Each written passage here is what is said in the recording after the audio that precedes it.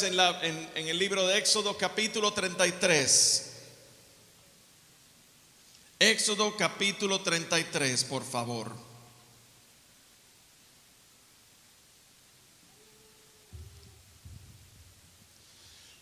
Cuando yo era pequeño,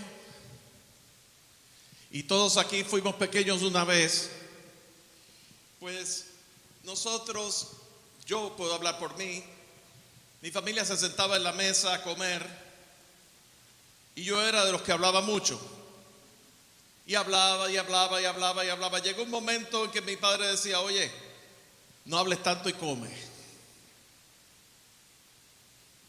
No hables tanto y come. Y resulta que eso a mí me llamaba la atención y me chocaba, no lo voy a decir. No hables tanto y come. Pasan los años, voy a estudiar en el Conservatorio de Música y entonces me encuentro con personas que durante su tiempo de estudio lo que hacían era hablar, en vez de estar practicando su instrumento, en vez de estar en la disciplina de estar practicando su instrumento. Y yo me acordaba de eso, de que no hables tanto y practica. Y es que cuando nosotros nos envolvemos en alguna actividad y pensamos que ya tenemos cierta destreza, pensamos que ya lo tenemos todo y entonces queremos hablar y queremos hasta hacernos profesores, enseñarle a otras personas cómo hacer las cosas, ¿verdad? Y la otra persona lo que está es callado en su cubículo practicando su instrumento y entonces el hablador pues se la pasa caminando por todo el campus, buscándose café, buscando oportunidad para hablar y son expertos en temas sin importancia, empiezan bla, bla, bla y hablando, pero a la hora de la verdad, pues no ejecutan, ¿verdad? Y me recordaba esas palabras de mi padre en la mesa, no hables tanto y come. Y Dios nos quiere hablar en esta mañana. Y Dios nos quiere hablar porque la palabra de Dios es tan contundente, yo no sé ustedes, pero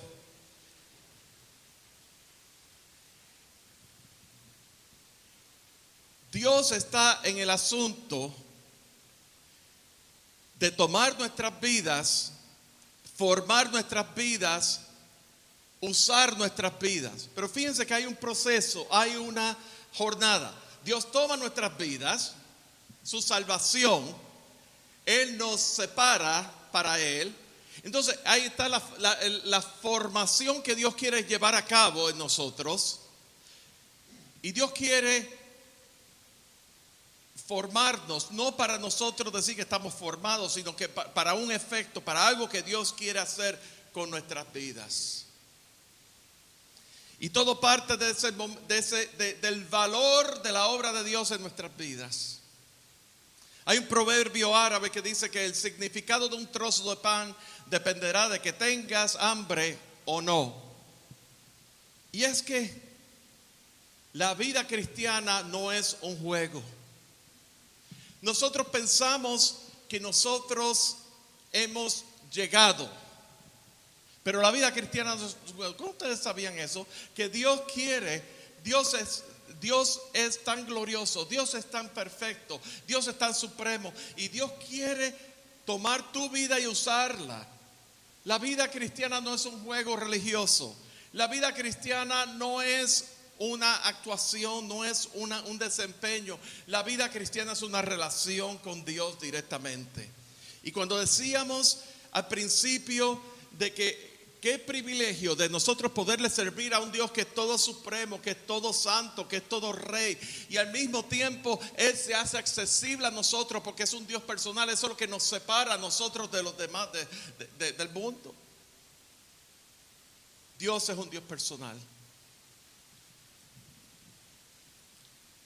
Yo no sé ustedes, pero cuando nosotros estamos en esa conciencia y Dios nos habla de que la vida cristiana no es un juego, nosotros no podemos tomarlo a poquita cosa. Cuando nosotros escuchamos en los medios a alguien a referirse a Dios, ahora no se refieren a Dios como el Dios supremo, sino el Diosecito, Papá Dios, el viejito de la barba y todas esas cosas. ¿Lo han visto ustedes? Yo no sé ustedes. Ustedes me están mirando a mí como si yo, ¿de qué está hablando esta? Sí. ¿Estamos dormidos o estamos despiertos aquí? Yo debería estar durmiendo porque yo tuve una prueba de sueño hace 2 días y todavía estoy desbaratado. Así que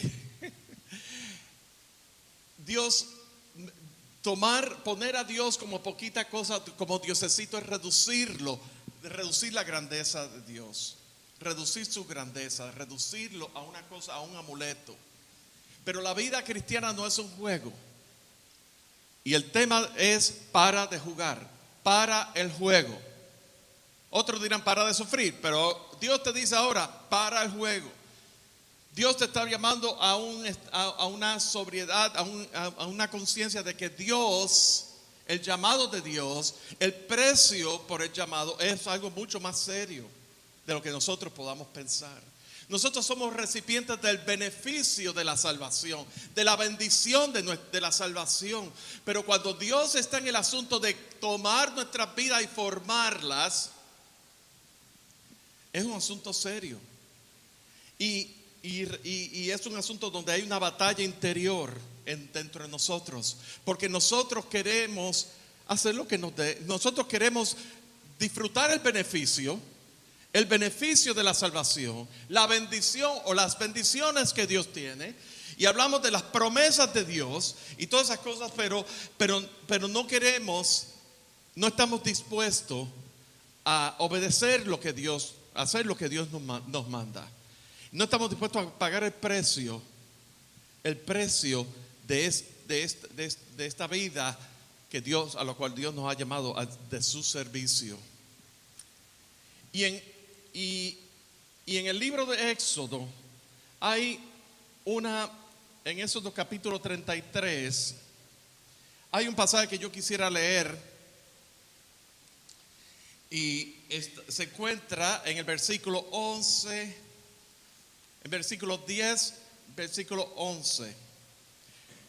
Lo voy a empezar del versículo 9 y dice: cuando Moisés entraba en el tabernáculo, la columna de nube descendía y se ponía a la puerta del tabernáculo.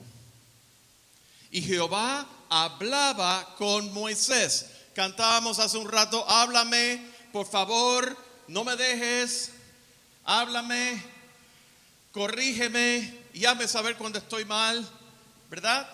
Y dice que hablaba Moisés y hablaba con Moisés.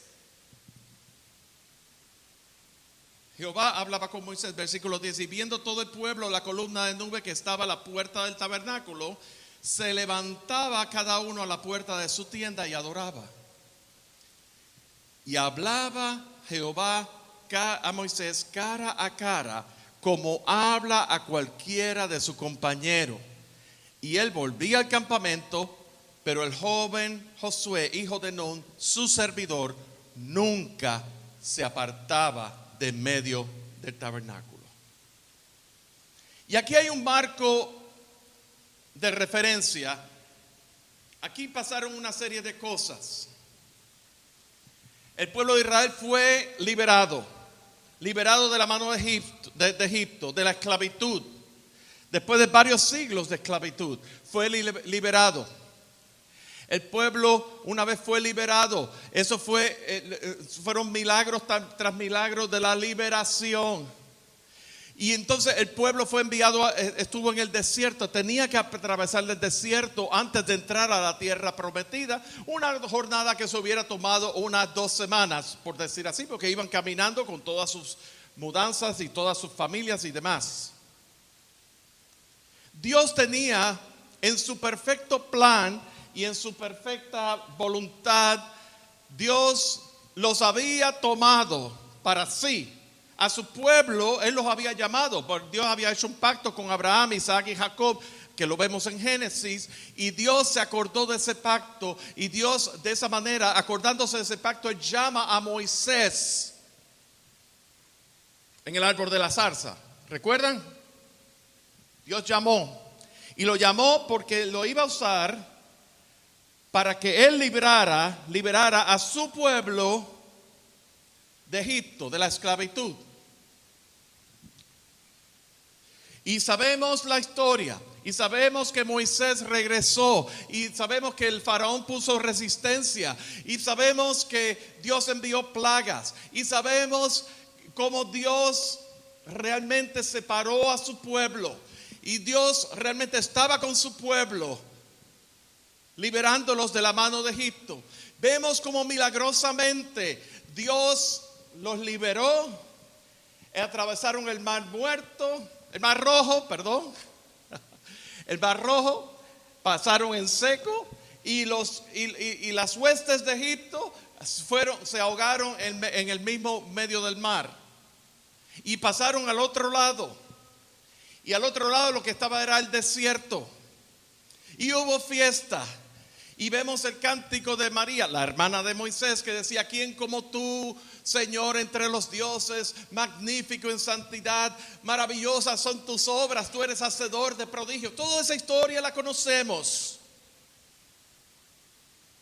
Pero ahora Dios tenía un trato con su pueblo, y ese trato era en el desierto.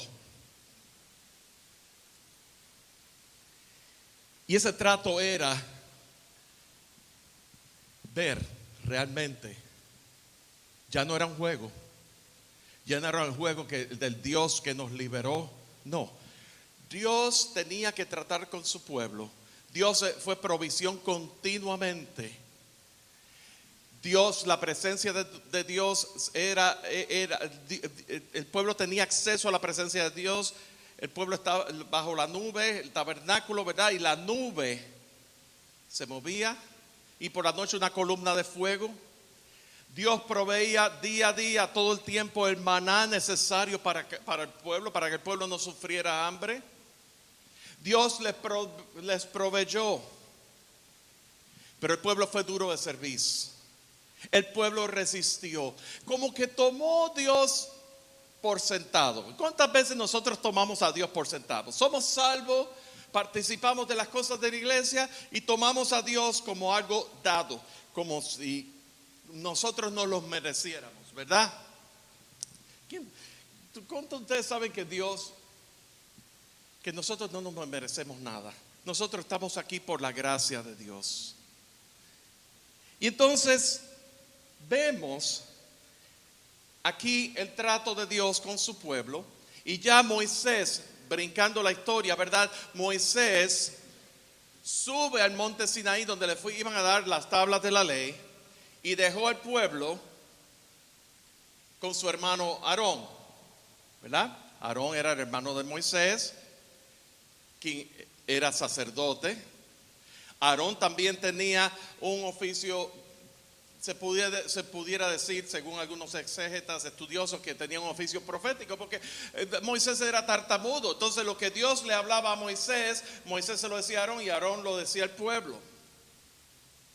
Todo ese tipo de cosas. Y resulta que Aarón era un sacerdote consagrado. Al terminar el tabernáculo, en Éxodo capítulo 30 y en Levítico capítulo 8 también lo describe, que Aarón fue consagrado, fue ungido sacerdote en el tabernáculo. Pero aún así, antes de ser ungido y ordenado, por decir así, sacerdote, él ya hacía funciones de sacerdote. Aarón llevaba en su corazón el juicio de los hijos de Israel delante de Jehová. O sea, eso es lo que dice en Éxodo capítulo 28. Así que Aarón fue un hombre consagrado para Dios, el hermano de Moisés. Pero la escritura nos dice también que Aarón fue un hombre que le faltó discernimiento y le faltó el carácter. Y vamos a ver una cosa, vamos a un capítulo antes, el capítulo 32. Y el capítulo 32, vemos aquí que viendo el pueblo que Moisés tardaba en descender del monte, se acercaron entonces a Aarón y le dijeron: levántate, haznos dioses que vayan delante de nosotros, porque a este Moisés, el varón que nos sacó de la tierra de Egipto, no sabemos qué le haya acontecido. Un hombre que fue consagrado sacerdote, un hombre que fue dedicado sacerdote, ¿verdad? Moisés estaba en Sinaí, Dios estaba en la misma presencia de Dios, Dios le estaba dando las tablas de la ley, pero se tardó un poco, se tardó bastante. Y dice que no había internet, no había teléfono, no había un texto para decir, mira, ya voy de camino para allá, aguántame, todas esas cosas, ¿verdad? Que no existían esas cosas, no, ¿verdad? Pero resulta que se están tardando, no sabemos qué le haya pasado a Moisés. Entonces fueron a donde Aarón, haznos dioses que vayan delante de nosotros.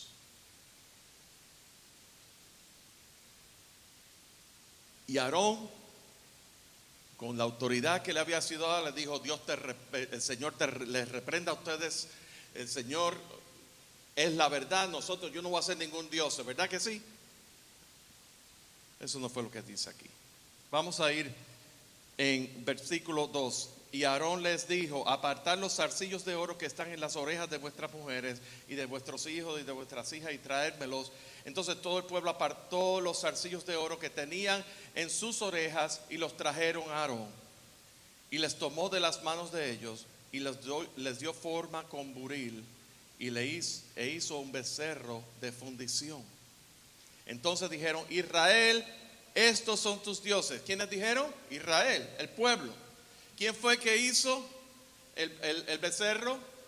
¿Quién fue que dio la orden para que reúnan todo el oro y todas las prendas? Aarón. Pero ¿quién fue que dijo, Israel, estos son tus dioses? Porque no dice, y les dijo, Israel, estos son tus dioses, sino que dijeron, en plural, Israel, estos son tus dioses que te sacaron de la tierra de Egipto.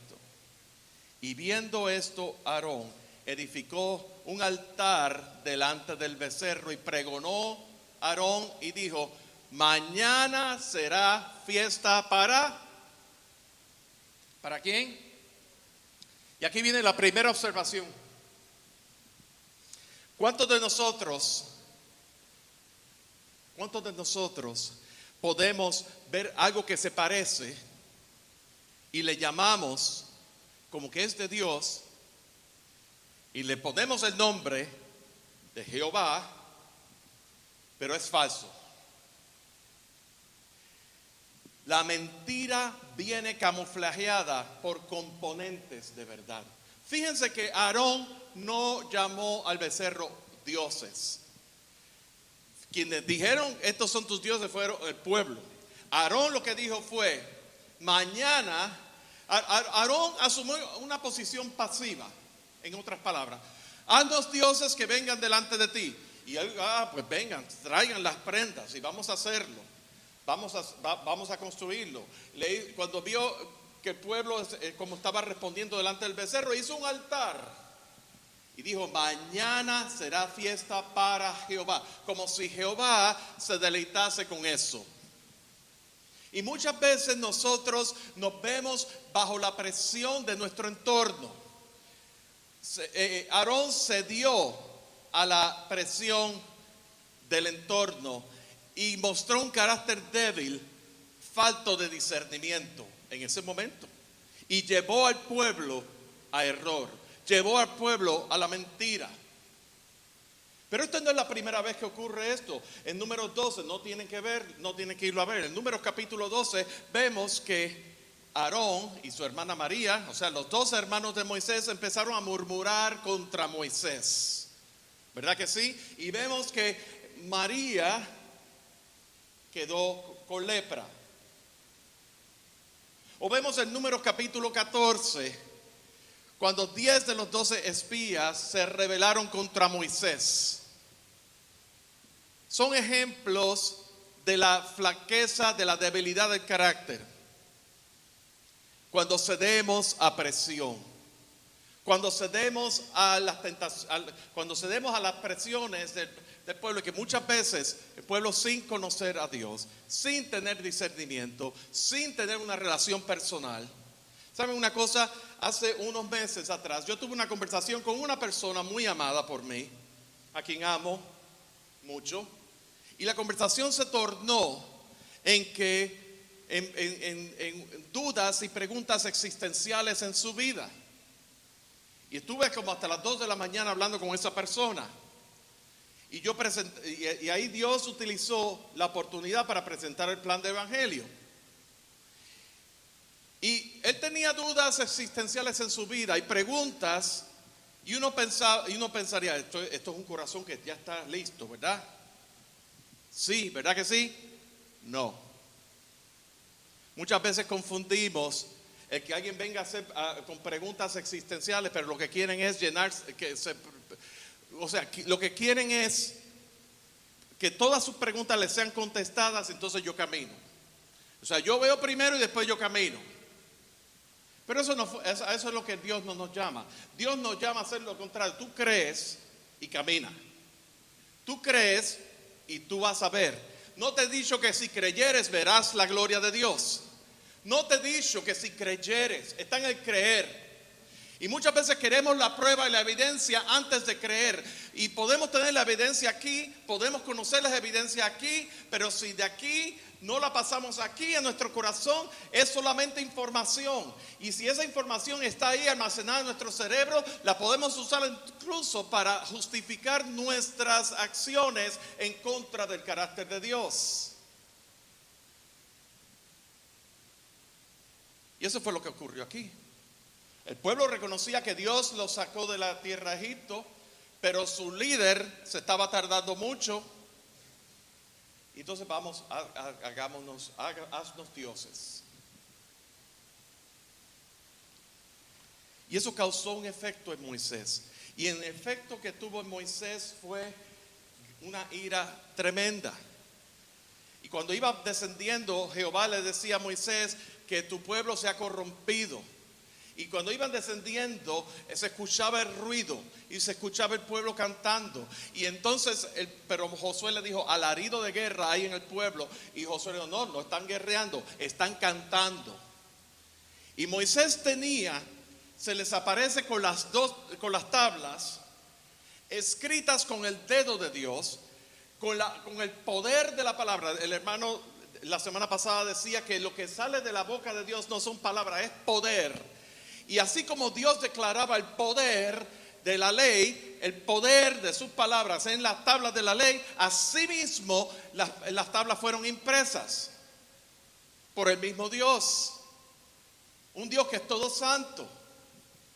Y cuando el pueblo se confronta con esa realidad y Moisés estaba airado totalmente, él agarró las tablas y se las tiró al becerro y quemó todo el becerro en fuego y quedó todo destruido. Y entonces fíjense lo que Aarón le dice a Moisés. ¿Quién fue Aarón? ¿Quién fue el que permitió todo eso? Aarón. Dice, versículo 22, el capítulo Éxodo 32, 22, dice, y respondió Aarón, no se enoje mi señor, tú conoces al pueblo que es inclinado a mal. El otro día yo estaba escuchando un programa donde una persona, una celebridad, cometió unos errores bien garrafales, aún contra la ley, cometió pedofilia y la persona quedó en estado. Y entonces estas fueron sus declaraciones.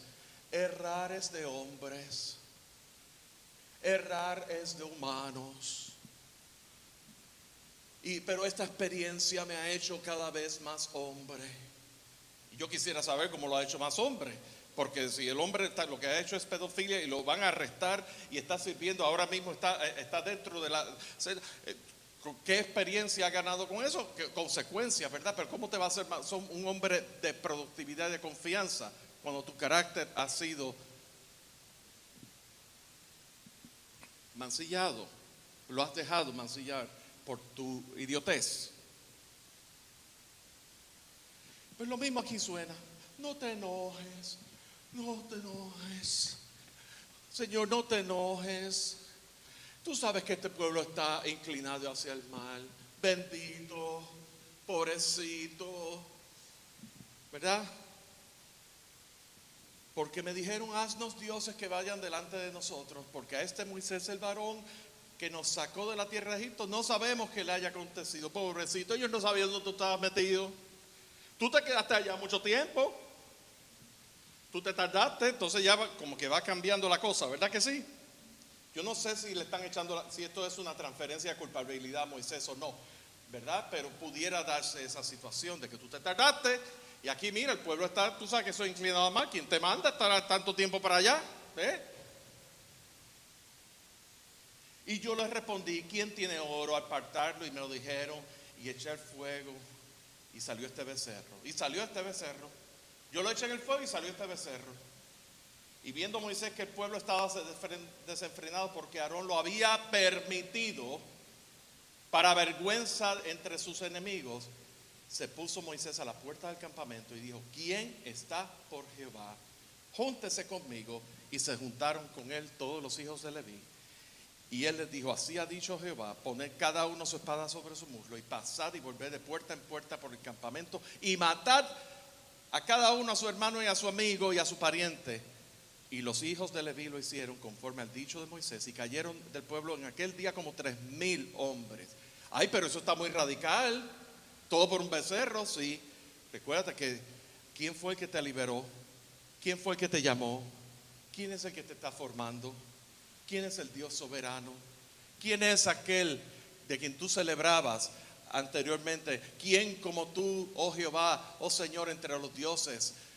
¿Quién como tú, magnífico en santidad? Es un Dios que es celoso. Y entonces, y el pecado trae consecuencias. El pecado trae separación. Pero al mismo tiempo yo pienso en Moisés. Y pienso en Moisés que sobre sí cargaba toda la responsabilidad por un pueblo completo. Sobre sí, él estaba consciente de su llamado delante de Dios. Pero, y la palabra nos permite ver la humanidad de Moisés también. Cómo Moisés agarraba coraje por un pueblo que era duro. Cuando Dios le proveía maná y el pueblo se cansó de la provisión de Dios, pues Moisés se quejó ante Dios y Dios le dijo, mira, les voy a dar codornices para que se harten hasta que se sacien y se llenen y les salen hasta por las narices las codornices. Y cuando la rebeldía contra Dios, en que Dios, tenemos sed, el pueblo como un niño chiquito y el líder, ustedes imagínense la presión que el líder debió haber tenido, ¿verdad? Que muchas veces lo llevó a hacer cosas en desobediencia a Dios, como pegarle 2 veces a la peña la segunda vez,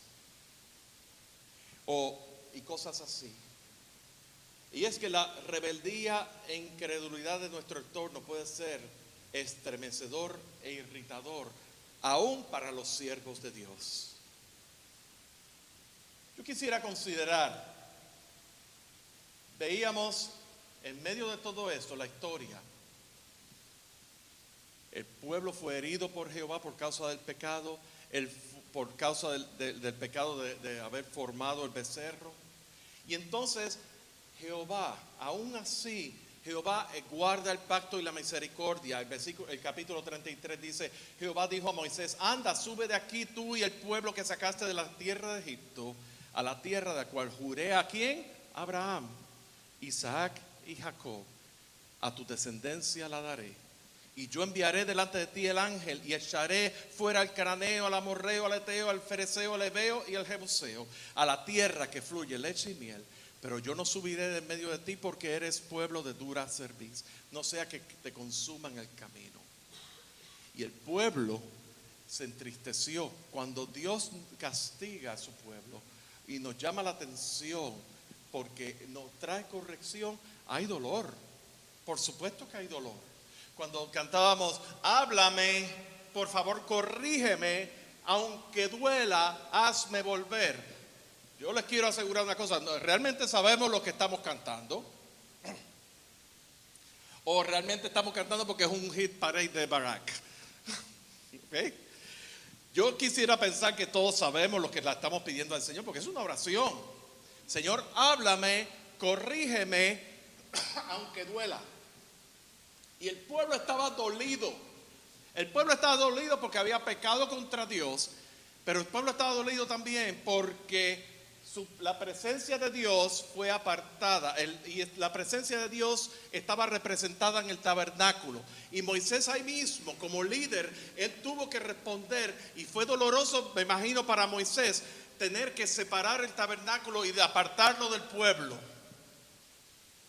Y entonces, el Dios que estaba en medio de ellos, el pueblo que tenía la provisión completa directamente, ese acceso directamente con Dios, que de estar en medio de ellos, ahora por causa de que el pueblo se había contaminado, Dios se apartó de entre ellos. Y entonces, pero Moisés apartó el tabernáculo, se llamaba el tabernáculo de reunión, y resultaba, y ahora vemos lo que acabamos de leer en el versículo 9, que cuando Moisés entraba en el tabernáculo, la nube, la columna de nube descendía y se ponía a la puerta del tabernáculo, y Jehová hablaba con Moisés. Y el pueblo de lejos veía eso, y de lejos, ahí es que podía adorar, de lejos. Cuando veían que Moisés entraba y la nube descendía.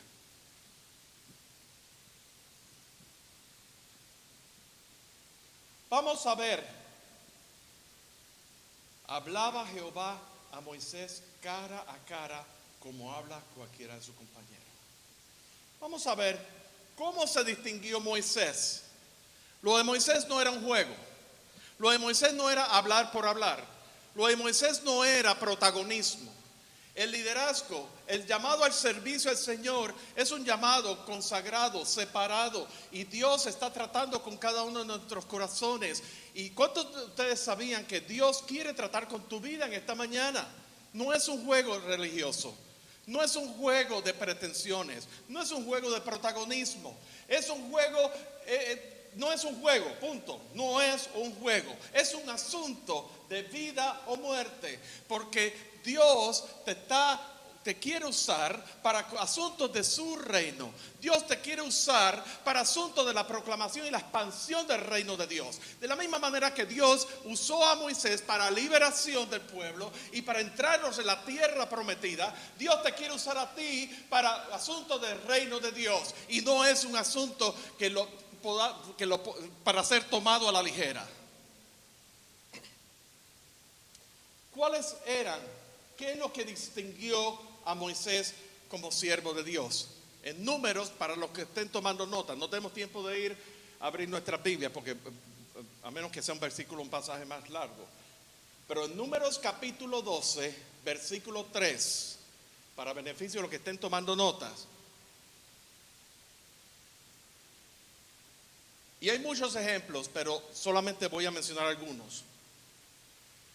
Dice, y aquel varón Moisés era muy manso, más que todos los hombres que había sobre la tierra.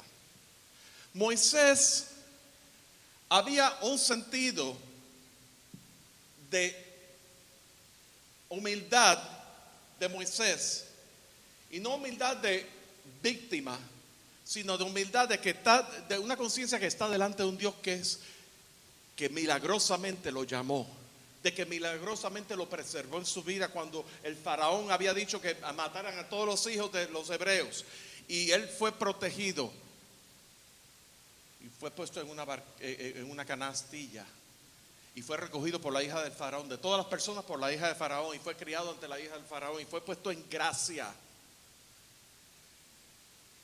Así como a través de todas las escrituras Dios pone en gracia a aquellos siervos y siervas para preservación de vida por causa de la simiente incorruptible en Cristo Jesús. Moisés sabía de dónde él había salido. Moisés sabía quién lo había llamado. Moisés conocía a Dios.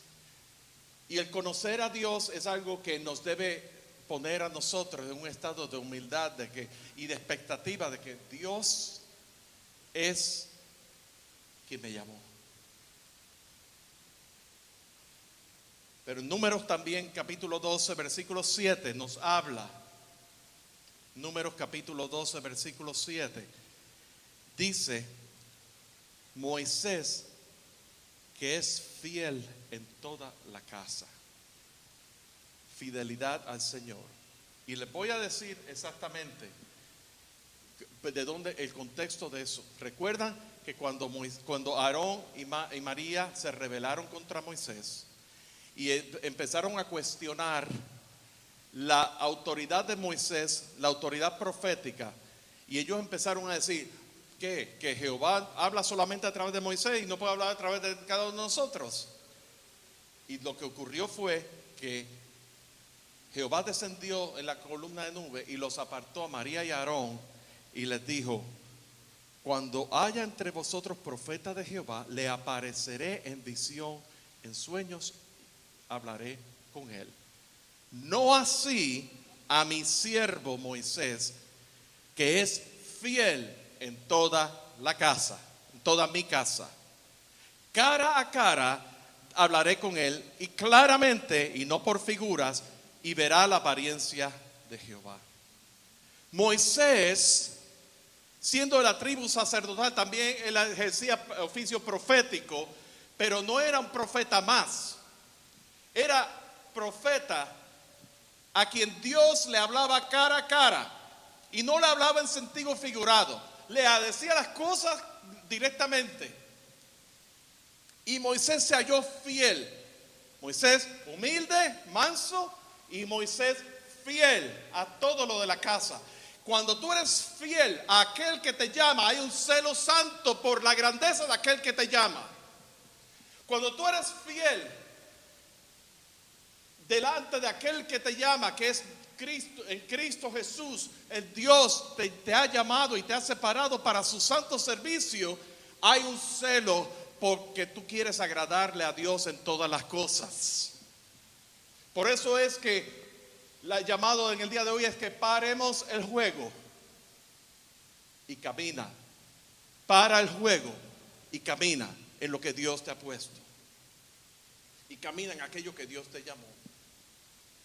Pero vemos aquí otro aspecto, regresando a Éxodo 33, y ahora de los versículos 13 al 18. Vemos aquí a Moisés, un siervo que tenía un corazón para el Señor. En el versículo 13, de los versículos 13 al 18, hay tres cosas por las cuales Moisés está orando. Y no está orando para que Señor bendíceme, Señor dame, Señor gracias por los alimentos antes de la comida, una oración de esas débiles antes de sentarnos a comer. No es ese tipo de cosas. Señor, mira el carro que me quiero comprar. Ay, Señor, que tú, Diosecito. No es eso. Fíjense lo que cómo Moisés ora en el versículo 13. Dice: te ruego que me muestres ahora tu camino. ¿Saben? Vamos a poner las cosas en contexto. El pueblo pecó, adoró el becerro de oro, fueron matados casi 3,000 personas, se consagraron los hijos, aquellas personas de la tribu sacerdotal que estaban por Jehová. Jehová llamó a Moisés y le recuerda el pacto que saque al pueblo de aquí, porque lo iba a entrar a la tierra que fluye leche y miel. Hasta aquí me siguen, ¿verdad? Según el pacto que hice con Abraham, Isaac y Jacob, lo leímos en el capítulo 33. Y entonces, luego leímos lo que leímos al principio, que hablaba Jehová cara a cara. Les expliqué, abundé sobre cómo Dios hablaba a Moisés, y Moisés hablaba lo que Dios le hablaba. No le hablaba en sueños ni en figuras, ni en sentido figurado, sino que Jehová le decía claramente a Jehová. Y entonces Moisés ora a Jehová y le dice: te ruego que me muestres ahora tu camino para que te conozca y halle gracia en tus ojos, y mira que esta gente es pueblo Moisés está orando primeramente por dirección. Moisés está hablando directamente. No le está diciendo Diosecito, papá Dios, de la barbita, qué lindo, abuelito. Nada de eso. Te ruego que me muestres tu camino. Te ruego que me dirijas y que yo halle gracia delante de tus ojos. Y la respuesta de Dios fue: mi presencia irá contigo y te daré descanso. Y Moisés respondió: si tu presencia no ha de ir conmigo, no nos saques de aquí. ¿Saben? Dios te llama, Dios te forma, pero Dios va a estar contigo en todo tiempo. Dios te llama, Dios te quiere formar, pero tú no vas a estar solo, tú no vas a estar sola. Dios está contigo. Ese es un estado de dependencia de Dios.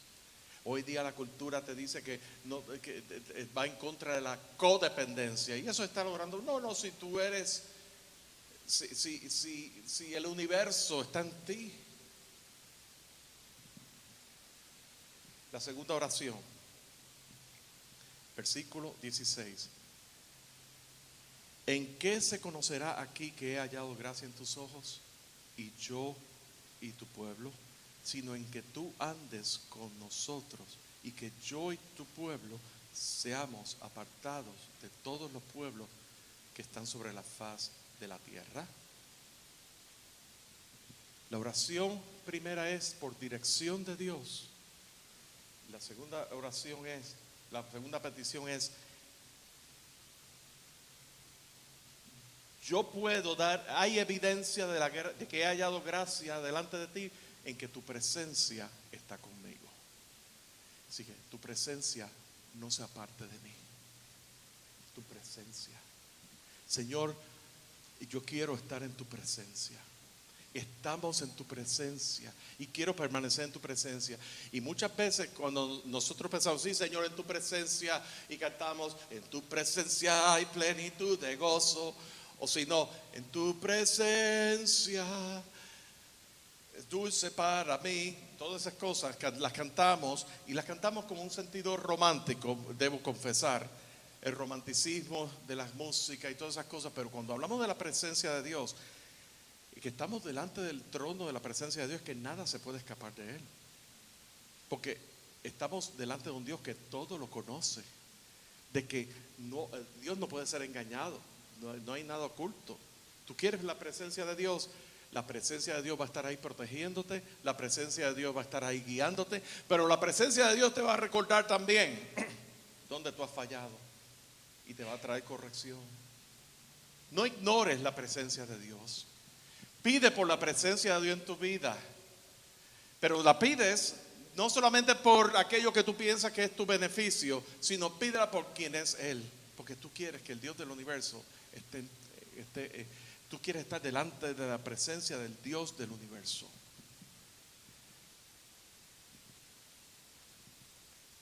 Versículo 15, versículo 17. Y Jehová dijo a Moisés: también haré esto cuanto has dicho, por cuanto has hallado gracia en mis ojos, y te he conocido por tu nombre. Versículo 18, escuchen bien esto. Entonces dijo: te ruego que me muestres tu gloria. Eso fue Moisés. Moisés estaba orando primero por dirección, segundo por la presencia de Dios, y tercero por visión profunda de la gloria y la esencia de Dios. Visión porque dice: muéstrame tu gloria, que me muestres tu gloria. Señor, muéstrame tu gloria. Y le respondió: yo haré pasar todo mi bien delante de tu rostro, y proclamaré el nombre de Jehová delante de ti, y tendré misericordia del que tendré misericordia, y seré clemente para con el que seré clemente. Dijo más: no podrás ver mi rostro, no, porque no me verá hombre y vivirá. Dios es un Dios santo, y por eso es que Dios tuvo que apartar el tabernáculo de reunión del medio del pueblo, porque En Dios, la luz y las tinieblas no pueden coexistir.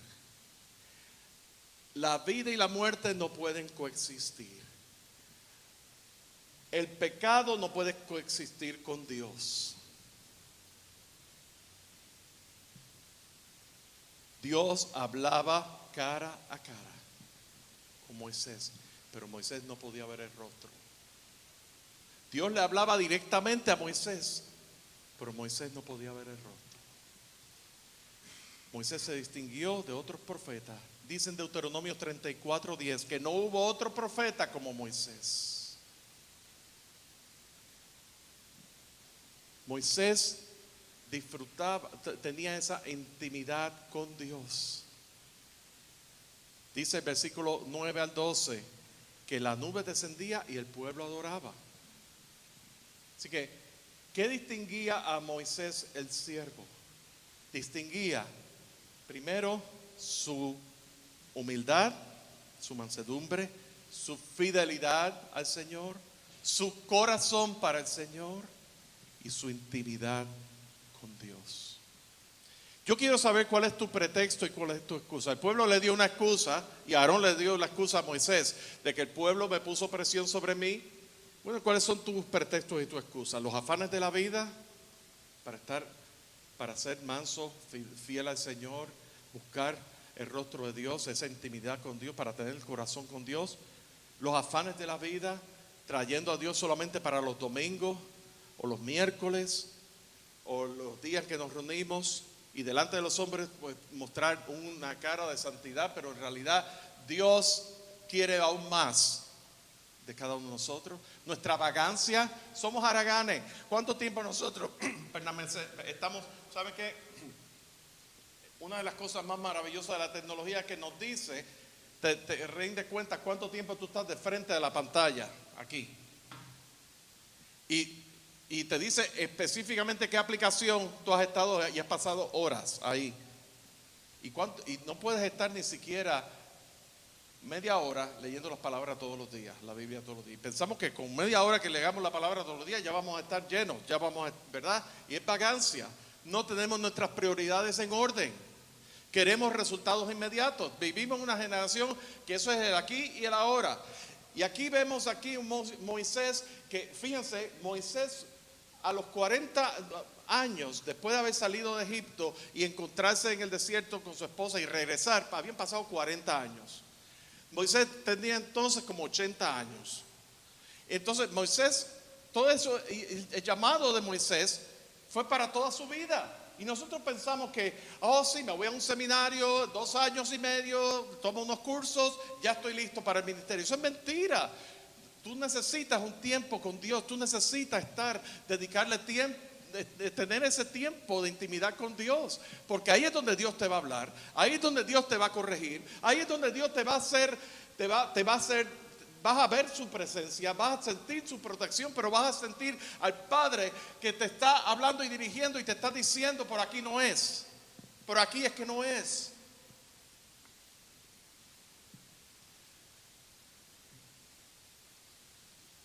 ¿Cuáles son los pretextos y las excusas? Las glorias pasadas. Mi experiencia que yo tuve hace 30 años, eso quedó atrás. Yo no puedo depender de eso. El conocimiento que yo haya adquirido hace 30 años, la experiencia, aquel día yo recibí el bautismo del Espíritu Santo y hablé lenguas y todas esas cosas, eso fue un destello del poder de Dios. Sí, eso fue hace 30 años. Pero ¿qué es lo que Dios está haciendo hoy aquí en tu vida? Y esa es la pregunta que queremos considerar. ¿Qué Dios está haciendo a ti como amada iglesia? ¿Está haciendo en cada uno de nosotros? ¿A qué nos está llamando el Señor? Realmente no podemos dar lo que no tenemos. Cuando pienso en Moisés, el ejemplo que Moisés dio, también pienso en el siervo por excelencia, en Cristo Jesús, a Jesús el siervo, que se distinguió por la obediencia al Padre. Juan 6:38 dice que todo lo que el Padre me da vendrá a mí, y el que a mí viene no lo echo fuera, porque he descendido del cielo no para hacer mi voluntad, sino la voluntad del que me envió. ¿Y cuál es la voluntad del que me envió? Que todo todo lo que me diere, no pierda yo nada, sino que lo resucite en el día postrero. Y esta es la voluntad de que me ha enviado, que todo aquel que ve al Hijo y cree en Él tenga vida eterna, y yo lo resucitaré en el día postrero. En Cristo Jesús, Jesús vino en obediencia al Padre.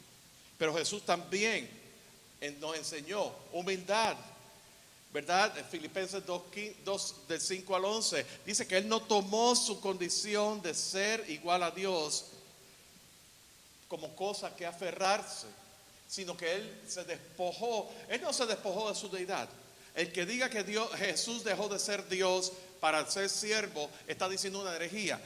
Jesús nunca dejó de ser Dios. Lo que Jesús hizo fue despojarse de la gloria que le confiere el ser Dios, de la honra que le confiere el ser Dios. Fíjense, no tomó su condición de ser igual a Dios como cosas que aferrarse, y tomó forma de siervo, porque como siervo Él podía morir. Como Dios podía ser adorado, como Dios podía ser honrado, como Dios podía resucitar al tercer día, pero como siervo, como hombre, Él podía morir. Como hombre podía entregarse al Padre. Como hombre podía ser el cordero manso delante del Padre. Como hombre podía ser tentado. Como Dios, Él podía. Él no había experimentado el pecado. Como hombre, Él tomó todo el pecado de la humanidad sobre sí mismo. Se tomó forma de siervo. ¿Ven la diferencia? Por eso es que la encarnación de Jesús tiene un lugar vital. Y se hizo obediente hasta la muerte, y muerte de cruz. Pero vemos también que Jesús pasó tiempo en comunión con su Padre. ¿Saben una cosa? Tú no puedes dar lo que no tienes. Yo no puedo dar lo que no tengo si no tengo comunión con el Padre.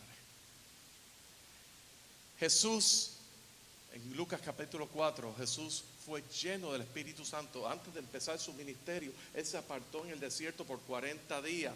Y ahí estuvo orando en ayunas. Y ahí dice que fue lleno del Espíritu Santo. Y siendo lleno del Espíritu Santo fue tentado. Pero ¿qué fue lo que ocurrió? Venció la tentación.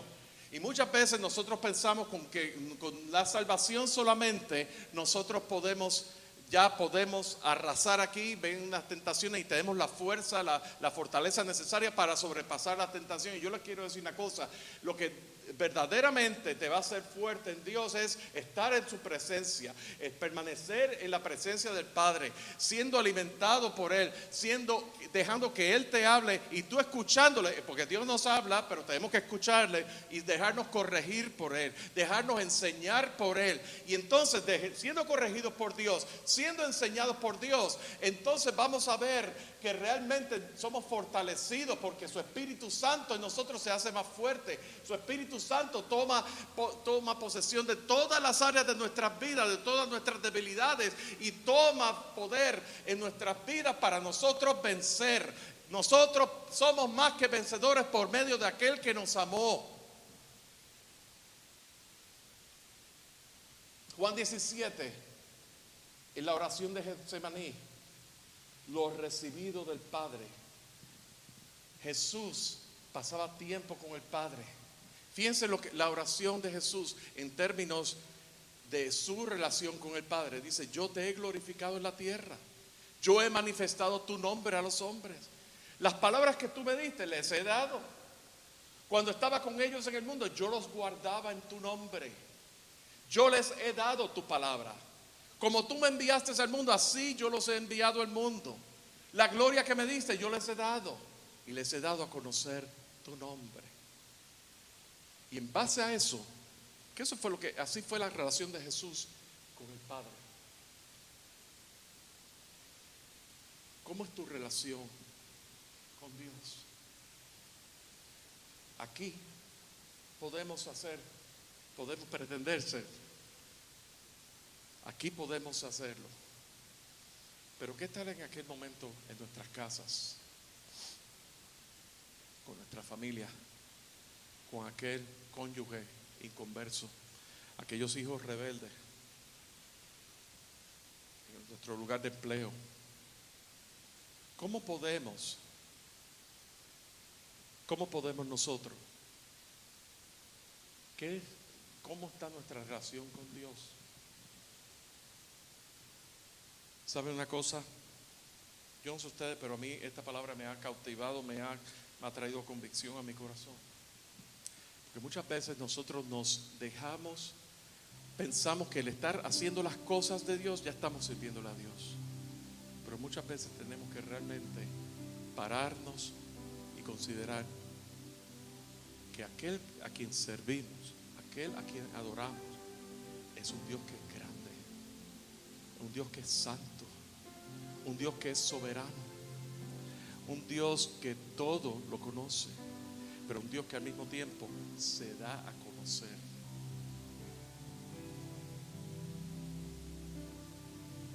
Salmo 34:8 dice: gustad y ved que es bueno Jehová, dichoso el hombre que confía en él.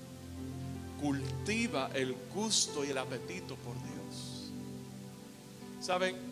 El salmista decía que mejor es un día en tus atrios que 1000 fuera de ellos. Escogería yo antes estar a la puerta de la casa de mi Dios que habitar en las moradas de maldad. El pueblo allí, el tabernáculo estaba apartado y solamente podía adorar cuando Moisés entraba en el tabernáculo y la nube descendía, y desde aquí, desde lejos, adorar. Escogería yo antes estar a la puerta de la casa de mi Dios que habitar en las moradas de maldad. Aún esa presencia tuya es suficiente para mí. Aún estar en tu presencia, qué grato es, qué necesario es. Cultiva el gusto y apetito por Dios. Como decía, el significado de un trozo de pan dependerá de que tengas hambre o no. Pero el salmista decía en el Salmo 42: mi alma tiene sed del Dios vivo. Como el ciervo brama por las corrientes de las aguas, así clama por ti, oh Dios, el alma mía. Y luego dice: ¿cuándo me presentaré yo delante de Jehová, delante de mi Dios? Mientras mis enemigos me dicen: ¿dónde está tu Dios?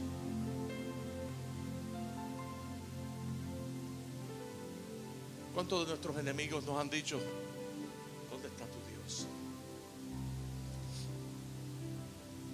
Muchas veces. ¿Saben que esa persona con quien yo tuve la dicha de hablar no recibió al Señor como Señor y Salvador? Yo le pregunté y su contestación fue: no, yo tengo a Diosecito dentro de mí. Y pasó 1 mes y medio y su esposa me vino regañándome, diciendo: ¿por qué tú lo pusiste en esa presión? Todo estuvo bien hasta que tú le hiciste la pregunta, porque se sintió juzgado. Se sintió juzgado. ¿Cuántos de ustedes sabían que el evangelio es lo más ofensivo que puede existir? Muchas veces nosotros queremos tener un pie aquí y un pie en el mundo, pero el evangelio es ofensivo, porque tú pecas porque eres pecador. Porque eres pecador, pecadora, tú pecas. Eso es todo. Tú puedes no haber cometido el pecado, pero tú eres pecador, pecadora, y por eso pecas. ¿Me explico? Número 2, deleítate y medita en la palabra en todo tiempo. Salmo 1, versículo 6 dice que en la ley de Jehová está en su delicia, y en su ley medita de día y de noche. Cuando tú meditas, cuando Dios te habla, por favor, y no me dejes continuar, háblame, que es por mi bien. Que Dios te hable, que Dios nos hable, y que Dios nos corrija, y que en esa corrección y en esa palabra nosotros estemos meditando de día y de noche.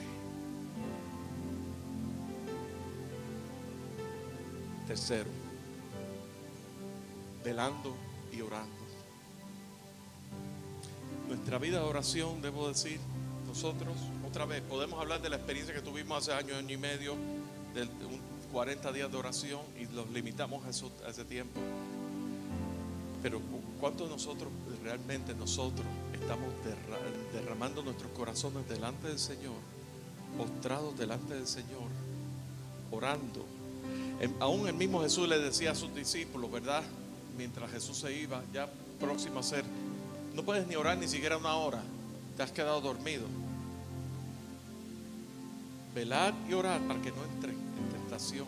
El espíritu a la verdad está dispuesto, pero la carne es débil. Nuestro espíritu va a buscar todo lo que es de Dios, pero la verdad es que nuestra carne es débil.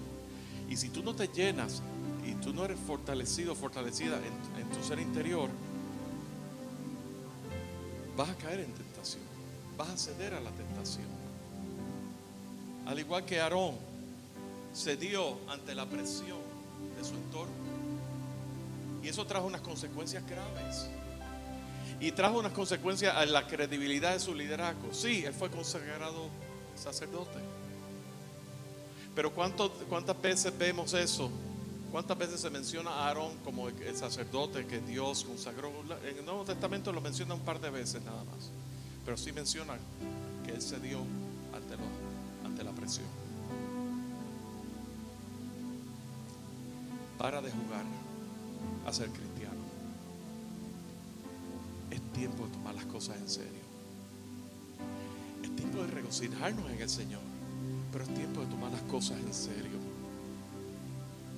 Las cosas por fuera, ¿saben? Cuando tú vas al supermercado, a la bodega, te dan una bolsa de Doritos y por fuera se ve lindo, brillante el diseño, y a veces hasta agrandan la fotografía de los Doritos, pero cuando abres la bolsa es 3/4 partes aire y las 2 o 3 hojuelitas están al fondo. ¿Verdad que sí? Para de jugar a ser cristiano. Paremos el juego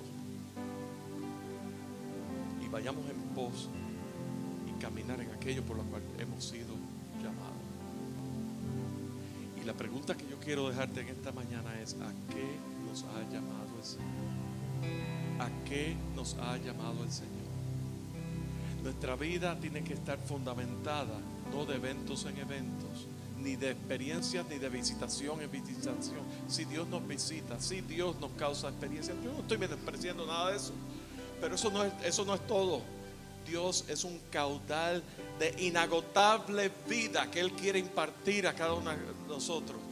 Dios es un manantial de vida, un manantial inagotable de vida, y en su presencia tú estás completo, tú estás completa. En todo su ser tú estás completo, completa. Tú no tienes necesidad de buscar más nada a los lados, porque en Él tú estás completo.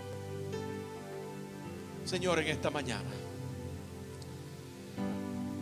Señor, tú nos has hablado y te pedimos que tú continúes hablándonos y penetrando lo más profundo de nuestros corazones para ir en pos de aquello que tú tienes, que tú has preparado. Gracias por tu fidelidad, Señor. Y yo, comenzando por mí, en este rol que tú me has puesto aquí, Señor, muchas veces estamos cansados, muchas veces nuestras mentes, nuestros pensamientos, las presiones son tan grandes. Pero así como decía Moisés, si tu presencia no está conmigo, no nos dejes ir. Señor, que podamos, enséñanos a vivir humildemente delante de ti, a ser fieles en todo lo que es tu casa, tus asuntos. Enséñanos, Señor,